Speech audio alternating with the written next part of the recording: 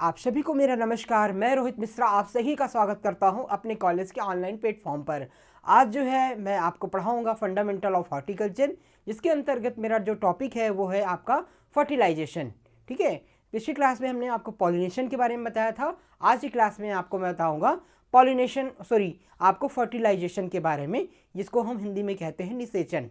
तो पौधों में कैसे निषेचन क्रिया होती है ये आज हम आपको समझाएंगे। ठीक है, तो आइए अपनी क्लास को स्टूडेंट स्टार्ट करते हैं। फर्टिलाइजेशन, जिसको हिंदी में पॉलिनेशन कहा जाता है, फर्टिलाइजेशन जिसको हम निषेचन कहते हैं, यानी कि आपका जो है वो पौधों में पुष्प में कैसे निषेचन की प्रक्रिया होती है वो हम आपको बताएंगे। ठीक है, तो पहले हमने आपको बताया है पॉलिनेशन के बारे में। पॉलिनेशन जो है यानी परागण जो है वो नर भाग से जब परागकण निकल करके मादा भाग भर के आ करके मिलते हैं तो उसे हम परागण कहते हैं। ठीक है, नर भाग यानी कि स्टेमेंस। ठीक है, ये आपके पुष्प दिया गया है इमेज में, ये आपके नर भाग हैं यानी मेल पार्ट्स, और ये आपके फीमेल पार्ट्स हैं। मेल पार्ट्स जैसे आपके स्टेमेंस, जिसमें एंथर होते हैं, फिलामेंट होते हैं, पेटल होते हैं, ये आपके मेल पार्ट्स होते हैं। और आपके फीमेल में जैसे स्टिग्मा, ठीक है, स्टाइल, ये सब ओवरी ओवल्स, ये आपके फीमेल पार्ट होते हैं फूल पुष्प में यानी फ्लावर में।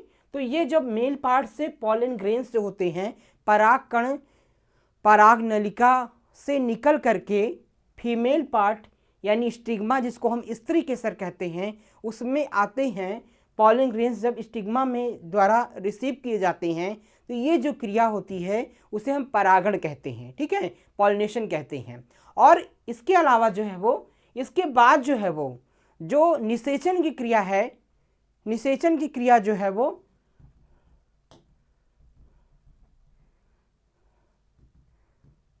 ठीक है, तो निषेचन की क्रिया जो होती है वो कि परागण के पश्चात शुरू होती है, यानी कि पॉलिनेशन के पश्चात जो है वो निषेचन की प्रक्रिया जो है वो पुष्प में शुरू होती है। तो पहला जो है वो परागण की क्रिया होती है, उसके बाद फिर जो है वो निषेचन की क्रिया जो है वो शुरू होती है। तो ये पॉलन ग्रेन्स जब मादा भाग के द्वारा रिसीव किए जाते हैं, ठीक है, मादा भाग जो उसको रिसीव करता है, तो उसके बाद ये जो है वो स्टाइल्स में पॉलन ट्यूब्स में आते हैं, उसके बाद फिर स्टाइल्स में आते हैं, स्पर्म न्यूक्लियस मिलते हैं, और फिर ये ओवरी में आते हैं। ठीक है, जो ओवरी होती है मादा भाग का सबसे मेजर पार्ट होता है, और ओवरी में आते हैं, और ओवरी में ही पुष्प में फलों का निर्माण होता है। ठीक है, कहाँ फलों का निर्माण होता है? ओवरी में, यानी कि फल जो है वो ओवरी में बनते हैं। इसीलिए हम फल को जो है वो mature ovary known as fruit कहते हैं। फल को हम कैसे परिभाषित करेंगे?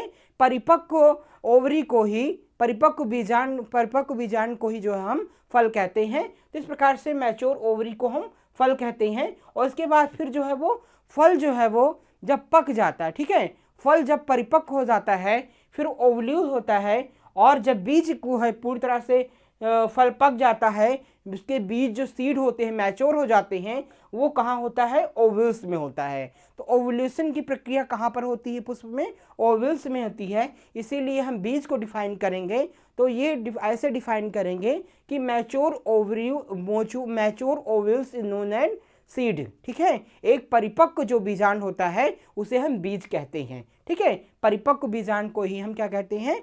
परिपक्व भ्रूण को ही हम क्या कहते हैं? बीज कहते हैं। ऐसे कहेंगे कि परिपक्व भ्रूण को हम क्या कहते हैं?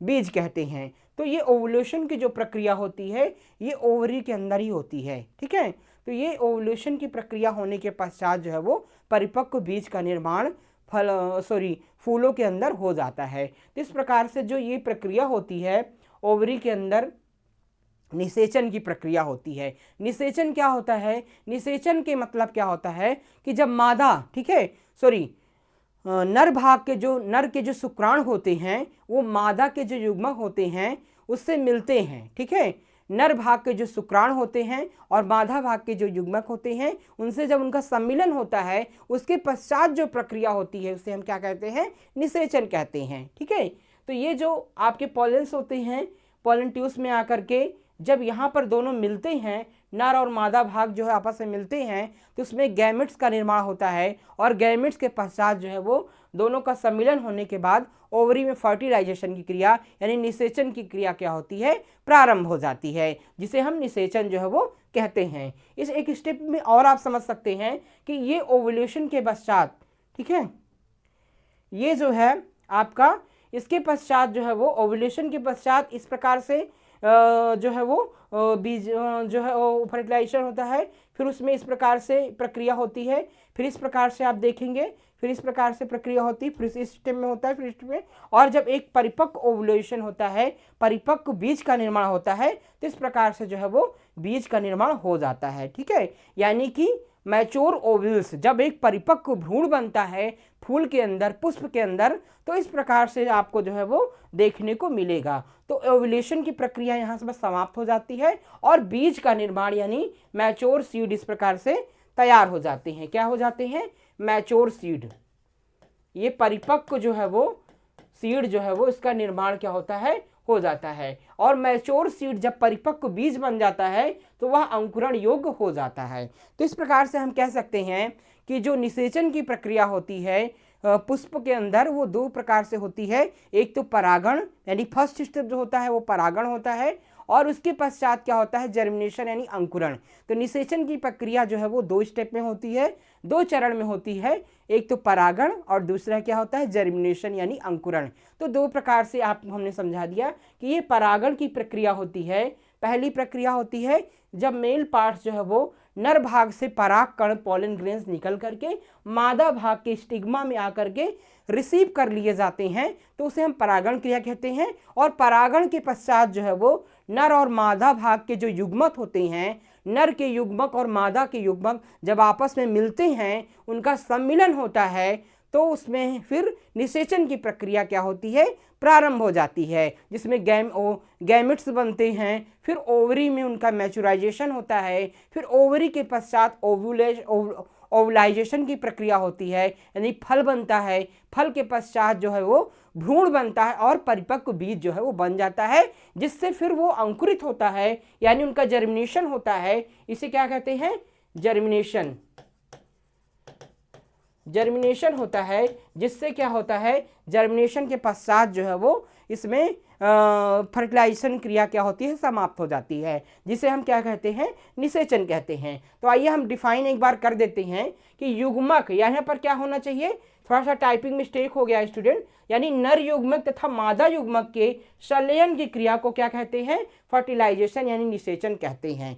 नर युग्मक तथा मादक युग्मक के संलयन की क्रिया को, क्या संलयन होता है, उनके मेल पार्ट से फीमेल पार्ट का, यानी नर भाग के शुक्राणु मादा भाग के युग्मक से जब मिलते हैं, उसे हम क्या कहते हैं, हम कहते हैं निषेचन कहते हैं। तो यही संलयन की जो क्रिया होती है जिसे हम निषेचन या फर्टिलाइजेशन कहते हैं। यह आवृतजीवी पौधों में निषेचन की खोज किसने किया था, स्ट्रासबर्गर ने, लिनियम ने किया था, स्ट्रासबर्गर ने किया था। तो सर्वप्रथम निषेचन की जो फर्टिलाइजेशन की क्रिया है उसकी खोज किसने किया था, उसकी खोज स्ट्रासबर्गर ने किया था। किसमें किया था, लिलियम के पौधे में किया था। ठीक है, नर निषेचन की क्रिया में नर युग्मकों को मादा युग्मक तक पराग नली द्वारा ले जाया जाता है, इसलिए यह निषेचन नाल युग्मकी स्फेलोगैमस प्रकार का कहलाता है। ठीक है, तो नर निषेचन की क्रिया में नर युग्मकों का मादा युग्मक तक पराग नली द्वारा ले जाया जाता है। ठीक है, तो नर निषेचन की प्रक्रिया में, मेल फर्टिलाइजेशन की क्रिया में नर युग्मकों का, मेल गैमेट्स का जो है वो मादा युग्मक तक पराग नलिका द्वारा, यानी कि आपके पॉलन ट्यूब्स के द्वारा ले जाया जाता है, इसीलिए यह निषेचन नर युग्म की प्रकार का होता है। ठीक है, यानी कि नर निषेचन की जो प्रक्रिया होती है उसमें नर भाग के द्वारा, पॉलन ट्यूब्स के द्वारा जो है वो उसको ले जाया जाता है आपके पॉलन ग्रेन्स को, जिसे हम क्या कहते हैं, जिसे हम नाल युग्मकी या स्फेलोगैमस प्रकार की प्रक्रिया कहते हैं। अब निषेचन के कई सारे चरण होते हैं। हम स्टेप्स की बात करें तो मेन स्टेप्स ऑफ फर्टिलाइजेशन कई सारे स्टेप्स होते हैं, जैसे कि आपकी परागकण का अंकुरण, germination of pollen grains. Pollen grains का अंकुरण कैसे होता है, परागण के, यानी कि जो निषेचन की प्रक्रिया है वो परागण के पूर्व ही प्रारंभ हो जाती है। ठीक है, परागण के अंकुरण से ही प्रारंभ हो जाती है। किस प्रकार से? पश्चात परागण वर्तिकाग्र पर पहुंच करके अंकुरित होते हैं। वर्तिकाग्र से शर्करा युक्त चिपचिपा पदार्थ निकलता है। ठीक है, इस द्रव को अवशोषित कर परागण फूल जाते हैं और आतन में वृद्धि करते हैं, यानी बाह्य चोल नरम हो जाता है। तो इस प्रकार से परागण की अंकुरण की जो प्रक्रिया होती है, पॉलन ग्रेन्स कैसे बनते हैं, कैसे उनकी अंकुरित प्रक्रिया होती है, वो बताया गया है। और उससे क्या होता है, पहला स्टेप इसका क्या होता है, प्रारंभ हो जाता है। और दूसरा स्टेप्स क्या होता है, इसमें जो है अंतःचोल जनन छिद्र से नलीनुमा अतिवृद्धि के रूप में बाहर आता है। इस नली को जनन नलिका कहते हैं। ठीक है, तो ये परागण के अंकुरण की प्रक्रिया है जो कि आपको कुकुरबिटेसी में अच्छी प्रकार से देखने को आपको मिलेगी। ठीक है, और इसके बाद जो दूसरी प्रक्रिया होती है वो पराग नली पथ। ठीक है, पैथ ऑफ पॉलन ट्यूब, यानी पराग नलिका का जो पथ होता है उसमें किस प्रकार से जाते हैं। पराग नलिका के अंकुरण के बाद पराग नलिका पहले अपना मार्ग वर्तिका के पॉलीमय उभारों के मध्य बनाती है, फिर यह वर्तिका के मध्य बनाती है। तो इसका जो पैथ ऑफ पॉलन होता है, मतलब कि पॉलन ग्रेन्स का जो रास्ता है वो किस प्रकार से बनता है, ये हमने बताया आपको। तो इसमें ये जो रास्ता होता है वो पराग नलिका के अंकुरण के बाद पराग नलिका पहले अपना मार्ग वर्तिका के पेपिलामय उभारों के मध्य बनाती है और यह वर्तिका के मध्य बनाती है। ठीक है, तो ये अपना जो पॉलन ट्यूब्स है वो अपना कैसे रास्ता बनाती है, ये इसमें जो है वो आपको समझाया गया है। और जैसे कि आपका फिर यह वर्तिका के ऊतकों के मध्य वृद्धि करते हुए बीजांड की तरफ बढ़ती है और वर्तिका की लंबाई आवृतजीवी पादपों में भिन्न भिन्न होती है, कुछ में अनुपस्थित होती है। क्या होता है, कुछ में अनुपस्थित होती है। जैसे कि मक्का में 50 mm तक लंबी होती है। ठीक है, तो मक्का में ये लंबाई कितनी होती है, 50 mm तक जो है वो लंबी होती है। इसके बाद तीसरा जो इसका स्टेप होता है वो होता है पराग नलिका की वृद्धि, ग्रोथ ऑफ पॉलन ट्यूब्स।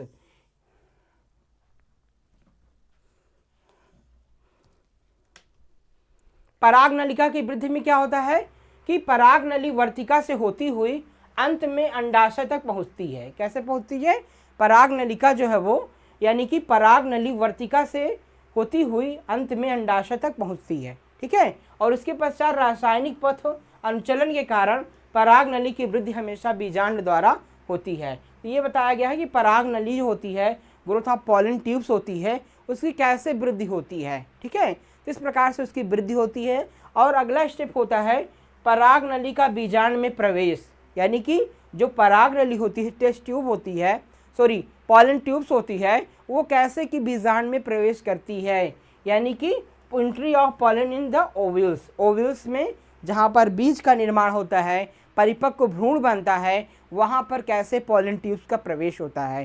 तो अंडाशय में पहुँच कर पराग नलिका यहाँ स्थित बीजांड द्वार या किसी अन्य माध्यम से प्रवेश करती है। बीजांड में पराग नलिका का प्रवेश 3 प्रकार से होता है। कैसे होता है, 3 प्रकार से होता है।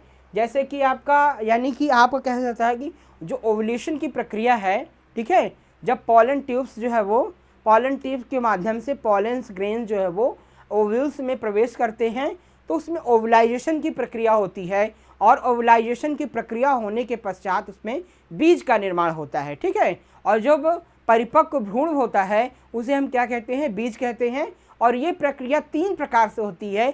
आइए जानते हैं कौन कौन सी प्रकार की होती है। जैसे कि बीजांड द्वारी प्रवेश, प्रोगैमी, जैसे प्रोगैमी किसे कहते हैं, पराग नलिका में प्रवेश हेतु ये सबसे सरल मार्ग होता है। कैसा होता है, ये पराग नलिका में प्रवेश हेतु सबसे सरल मार्ग होता है। इसमें पराग नलिका बीजांड द्वार में से होकर बीजांड में प्रवेश करती है। ठीक है, इसमें पराग नलिका जो होती है बीजांड द्वार से होकर के बीजांड में क्या होती है, प्रवेश करती है। और इसके बाद फिर दूसरा जो होता है वो निभागीय प्रवेश होता है, इसमें जिसे हम चैलोगैमी कहते हैं। तो यह प्रक्रिया सर्वप्रथम केजुराइना पादप में ज्ञात की गई थी। किसमें ज्ञात की गई थी, केजुराइना पादप में ज्ञात की गई थी। इसमें पराग नलिका विभागीय सिरे की तरफ से भ्रूण कोष तक पहुंचती है। इसकी खोज किसने की थी, ट्रेब ने की थी। किसने की थी, ट्रेब ने। और तीसरा जो इसका पैथ होता है वो होता है मीजोगैमी। ठीक है, कैसा होता है, मध्य प्रवेश। मध्य प्रवेश किस प्रकार से होता है, इस प्रक्रिया में पराग नली बीजांड के पार्वी भाग में अध्याय वर्णों से होती हुई भ्रूणपोष तक पहुंचती है, उदा कुकुरबिटेसी कुल के पादप। ठीक है, इस प्रकार से जो है वो तीनों प्रक्रियाएं होती हैं। पहली जो प्रक्रिया है उसे हम क्या कहते हैं, प्रोगैमी कहते हैं, और दूसरी जो होती है प्रक्रिया चैलोगैमी, दूसरी मेजोगैमी। तो ये तीन प्रकार के स्टेप होते हैं भ्रूण कोष में प्रवेश के लिए। पॉलन ओवलाइजेशन की तीन प्रकार से प्रक्रिया होती है। और यूट्रिकुलेरिया जो पादप होती हैं, यूट्रिकुलेरिया में भ्रूणपोष ही बीजांड द्वार के बाहर आ जाता है एवं पराग नली में सीधे इसके संपर्क में आ जाता है। तो इस प्रकार से देखा गया है। इसके बाद अगला स्टेप जो होता है वो है पराग नलिका का भ्रूणपोष में प्रवेश, entry of pollen tubes in embryo sac. ठीक है, पराग नलिका का भ्रूणपोष में एम्ब्रियो सैक में कैसे प्रवेश होता है, ये अगले स्टेप में होता है। तो इसमें क्या होता है, पराग नलिका अंडाशय में पहुंचकर बीजांड की तरह वृद्धि करती है। पराग नलिका अंडाशय में पहुंचकर बीजांड की तरह वृद्धि करती है और बीजांड में प्रवेश करने के बाद यह अंड उपकरण एग अपरेटस की तरफ वृद्धि करती है, क्योंकि यह सहायक कोशिका सिनर्जिस्ट पराग नलिका को आकर्षित करने के लिए हार्मोन्स का स्रावित करती है। ठीक है, कई प्रकार के हार्मोन्स का स्रावित करती है जिससे कि पॉलन जो है वो ग्रेन्स अपनी ओर आकर्षित होते हैं, यानी बीजांड में बीज जो है वो ओवलाइजेशन की प्रक्रिया शीघ्र होती है और बीजांड में प्रवेश करने के बाद अंड एग ऑपरेटर्स की तरह वृद्धि करती है, क्योंकि यह सहायक कोशिका सिनर्जिस्ट पराग नलिका को आकर्षित करने के लिए हार्मोन। तो पराग नलिका को टेस्ट ट्यूब को आकर्षित करने के लिए इस हार्मोन्स का स्रावित करती है बीजांड में, जिससे कि ओवलाइजेशन की प्रक्रिया शीघ्र जो है वो हो जाती है। ठीक है, इसके बाद जो छठवां स्टेप होता है वो होता है आपका नर युग्मों का भ्रूणकोष में विसर्जन, discharge of male gametes in embryo sac. ठीक है, जो नर युग्मक होते हैं उनका भ्रूणकोष में कैसे आपका जो है विसर्जन होता है, डिस्चार्ज होता है। तो इसकी बात करें तो पराग नलिका भ्रूणकोष में अंड समुच्चय एवं द्वितीय केंद्रक के बीज वाले हिस्से में पहुंचकर नर युग्मों को विसर्जित करती है। कैसे करती है, पराग नलिका जो होती है वो भ्रूणकोष में अंड समुच्चय, जो अंडे का समुच्चय होता है, कॉम्बिनेशन होता है, ठीक है, एवं द्वितीय केंद्रक के बीच वाले हिस्से में पहुंच करके युग्मकों का जो है वो विसर्जन कर देती है। ठीक है, इस प्रकार से ये प्रक्रिया जो है वो हो जाती है। अगली जो प्रक्रिया है वो है आपका भ्रूण, फिर उसके बाद बीच वाले हिस्से में पहुंचकर पराग नलिका का अगला सिरा घुल जाता है एवं दोनों युग्मक भ्रूण कोष की गुहा में विसर्जित हो जाते हैं। पराग नलिका का कायिक केंद्रक इसमें पूर्व ही विघटित हो जाता है। तो इस प्रकार से ये प्रक्रिया होती है। और अगला स्टेप जो होता है भ्रूण कोष में युग्मक संलयन, यानी कि गैमेट्स फ्यूजन। ठीक है, गैमेट्स फ्यूजन की प्रक्रिया होती है जो कि लास्ट में होती है। तो मेल और फीमेल्स जो है वो आपका फ्यूज़न होता है। फ्यूज़न के पश्चात ही जो है वो फर्टिलाइजेशन की प्रक्रिया समाप्त हो जाती है। तो फ्यूज़न में क्या होता है, पराग नलिका से दोनों नर युग्मक मुक्त होने के तुरंत बाद एक नर युग्मक अंड कोशिका को जुड़ जाता है और इस क्रिया को युग्मक संलयन कहते हैं। ठीक है, युग्मक संलयन कहा जाता है। इसे प्रथम निषेचन भी कहते हैं। और निषेचित अंड द्वितीयक द्विगुणित यानी 2n हो जाता है। इसे युग्मनज या जाइगोट्स या ओस्फोफिर कहते हैं। ठीक है, तो ये जो है युग्मन की प्रक्रिया होती है। ठीक है, फ्यूज़न की प्रक्रिया होती है जिसमें जो नर के जो है आपके नर भाग के जो शुक्राणु होती हैं मादा भाग के जो है स्पर्म से जो है मिलते हैं और मिलने के पश्चात जो है उसमें वो फ्यूज़न यानी संलयन की प्रक्रिया होती है। और संलयन की प्रक्रिया के पश्चात जो है वो उसमें जाइगोट्स का निर्माण होता है, यानी कि भ्रूण का निर्माण जो है वो हो जाता है। ठीक है, तो इस प्रकार से इसमें होता है। और दूसरा नर युग्मक दो ध्रुवीय केंद्रकों के समेकन से द्विगणित द्वितीय केंद्रक के से जुड़ता है। इस क्रिया को क्या कहते हैं, विसंयोजन ट्रिपल फ्यूजन कहते हैं। फिर ये दो संयोजन से जुड़ती है जिसे हम ट्रिपल फ्यूजन कहते हैं। डबल फ्यूजन होता है जिसमें कि 2n होता है, उसके बाद 3n केंद्रक के निर्माण होता है। इसे प्राथमिकता भ्रूण कोष केंद्रक भी कहते हैं। तो ये सारी प्रक्रिया होती हैं आपके फ्यूजन के अंदर। ठीक है, जब संलयन की प्रक्रिया होती है तो ये सारी प्रक्रिया जो है वो होती है। ठीक, और आवृत्तजीवी पादपों में एक ही समय में 2 बार निषेचन होता है। इसे द्विनिषेचन यानी आवृत्तजीवी जो पौधे होते हैं उसमें डबल फर्टिलाइजेशन की प्रक्रिया होती है। ठीक है, द्विनिषेचन की खोज जो है वो नवसिन ने लिलियम पादप में की थी। किसने की थी? नवसिन ने लिलियम पादप पे की थी। और जो डबल फर्टिलाइजेशन है क्रिया है उसमें 5 केंद्रक 3 युग्मक भाग लेते हैं और द्विनिषेचन एवं त्रिसंयोजन की प्रक्रिया प्रकृति में सिर्फ आवृत्तजीवी पौधों में ही पाई जाती है। किसमें पाई जाती है? जो डबल फ्यूजन की प्रक्रिया है, डबल फर्टिलाइजेशन की प्रक्रिया होती है, वो जो है वो त्रिसंयोजन की जो प्रक्रिया होती है वो केवल आवृत्तजीवी पौधे जो होते हैं उसी में पाई जाती है। ठीक है, तो ये जो संलयन की प्रक्रिया होती है उसके पश्चात जो होता है वो निषेचन की प्रक्रिया समाप्त हो जाती है। उसके बाद अंकुरण की प्रक्रिया जो है वो प्रारंभ हो जाती है। तो ये निषेचन बहुत ही इंपॉर्टेंट है आपके एग्जाम्स पर्पज से। मैं इसका PDF आपको भेज दूंगा तो अब अच्छे से आप इसको जो है वो समझ पाएंगे। तो आज की क्लास में बस इतना ही। नेक्स्ट वीडियो में हम आपसे फिर मिलेंगे। आप सभी का बहुत बहुत धन्यवाद।